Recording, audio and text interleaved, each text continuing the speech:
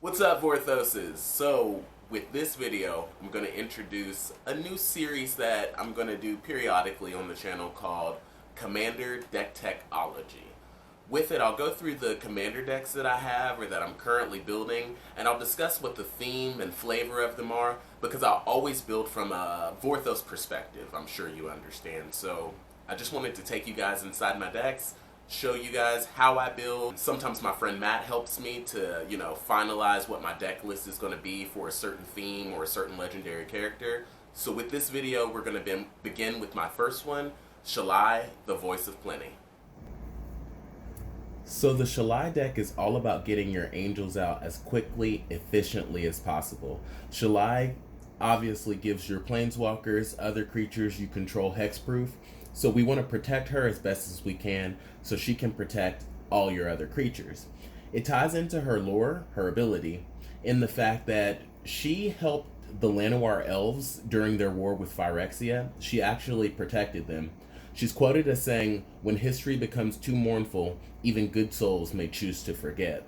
That's how bad the Phyrexian war was on Dominaria and against the Llanowar elves in particular.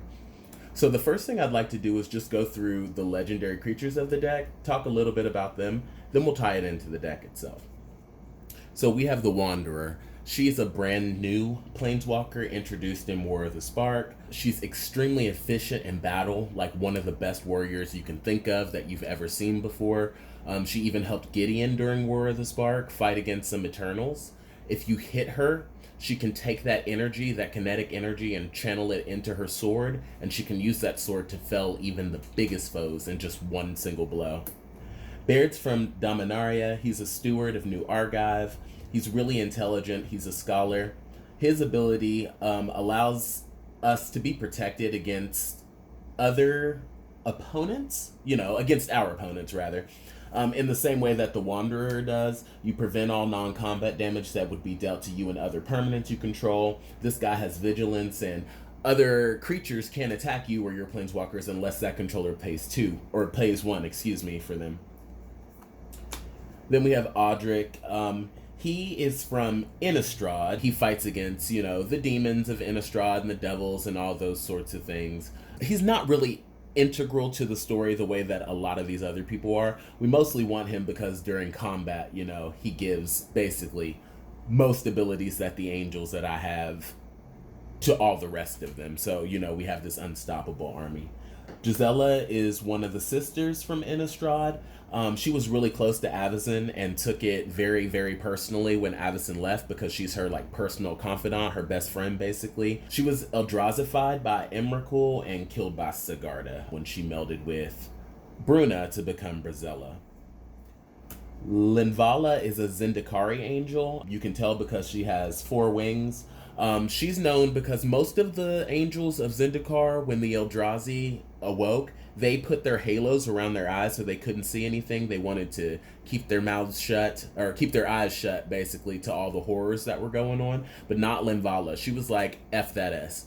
And she, fought against the Eldrazi with the inhabitants of Zendikar. The Archangel of Tides isn't legendary, but she is legendary for the fact that if you actually can see her headpiece there, that's actually the exact same one that Liliana Vess wears, because Liliana beat her ass and took it from her. So I find that legendary. Radiant is an Archangel created by Serra herself. Radiant actually ends up going crazy when Serra is forced to leave Serra's realm, and she fights against Urza thinking that he's crazy, he's trying to kill them, but it's really due to the fact that she's been tainted by some Phyrexian oil. So she goes mad, tries to unite the weak and Might Stone, and when she does it creates this explosion that basically blows her apart. Her final words are, "I'm the mad one," letting us know that she finally has realized the error of her ways before she's destroyed. Lyra is also a Serran angel directly created by Serra. Her sister, Raya, Dawnbringer, died in battle, and so she carries forth like her legacy and her name. Cara, the goddess, is from, what's that plane she's from? Theros. I'm tripping. Cara is from Theros. Cara, the goddess of agriculture. She considers Nylia her close sister. You can see she's sitting on this sable here. They're known for being ferocious. She's known for carrying a scythe as well. She will kill you in a heartbeat. Don't think that it's all good to go just because she's green and white. She will enact her revenge swiftly. Sephara, the sky's blade. She's also a Serran angel. We really have no information about her other than that fact. She just came out in M20, so there's still a lot of time to give her a backstory, which hopefully they do. A Chroma, the angel, has such a huge backstory. Basically, she was created by Ixidor as a copy of his fallen love. She battled against Phage to get revenge for Ixidor's love being killed. In the end, she was slain by Kamal when he killed Phage. Zagarka, I think her name is, or Zagorka, something like that, and a Chroma in one blow from his sword killed them all. And when that happened, Corona, the false god, was created. There we have Avacyn, the angel of hope. She gives all of our creatures indestructible. I'm skipping past these angels, as you can see. Hopefully you guys are able to either familiar with the cards or can see why they're in here if you pause the video or go back. But Avacyn, basically, we want to get her out as soon as possible to give all of our creatures indestructible. The Hellion 2 is actually the second version of a ship used on Ravnica by the Boros Angels, the Boros League. Basically, the angels command it, and when they do, they ride it into battle, and angels are known for coming off of it. You can see that represented in its abilities, that whenever it attacks, you get to create 2 4/4 white angel creature tokens with flying and vigilance that are attacking. Basically, you use one of those, and every turn you're able to churn out, 13 mana, or 13 attack power spread across 3 creatures. That's really, really efficient, really good.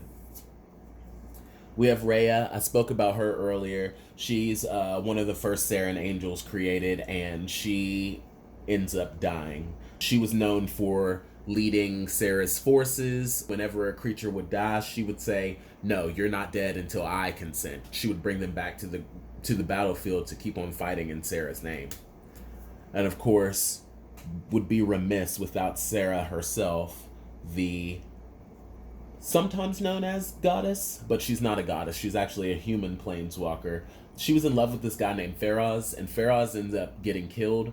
Later on, Serra's really depressed about it, and this jealous planeswalker ends up stabbing her. And instead of healing herself the way she could, because she was a pre-mending planeswalker, she just basically allows herself to die out of heartbreak, which is really weak, in my opinion, but that's what love will do to you.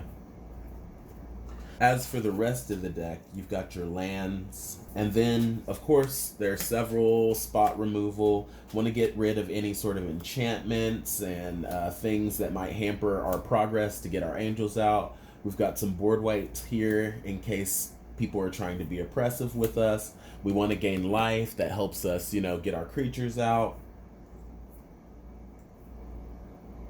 All of the rest of the deck is wrapped around protecting either Shalai or our angels so that we can get our board presence to be as considerable as possible.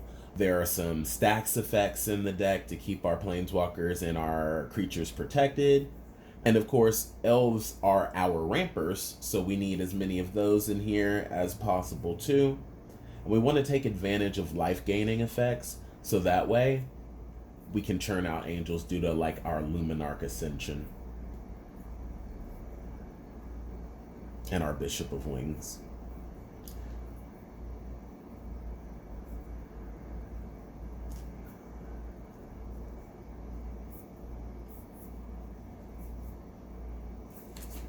And that is the deck. That's all there is for the Shalai Voice of Plenty deck.